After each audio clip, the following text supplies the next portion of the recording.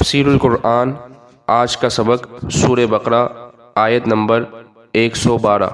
اعوذ باللہ من الشیطان الرجیم، بسم اللہ الرحمن الرحیم۔ بلا من اسلم وجهه للہ وهو محسن فله اجره عند ربه ولا خوف علیہم ولا هم يحزنون۔ ترجمہ: ہاں، جس نے اپنی ذات کو اللہ تعالیٰ کی فرما برداری کے لیے جھکا دیا اور وہ محسن ہو تو اس کے لیے اس کا اجر ہے اس کے رب کے پاس، اور ان لوگوں پر کوئی خوف نہیں اور نہ یہ لوگ رنجیدہ ہوں گے۔ اس آیت مبارکہ کی تفسیر میں یہ بات لکھی ہے، یعنی دوسرے لوگ کیوں جنت میں داخل نہ ہوں گے۔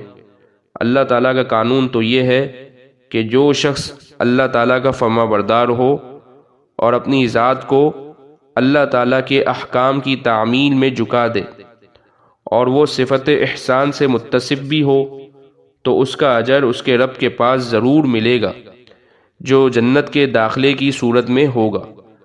ان لوگوں کے لیے نہ کوئی خوف ہے اور نہ غمگین ہونے کا کوئی موقع ہے۔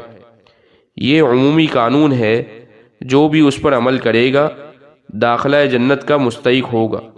اللہ تعالیٰ سے کسی کی قرابت رشتہ داری نہیں ہے اور نہ کوئی خواہ مخواہ محبوب اور مقرب بن جاتا ہے۔ ایمان پر دخول جنت کا مدار ہے۔ وآخر دعوانا ان الحمد للہ رب العالمین۔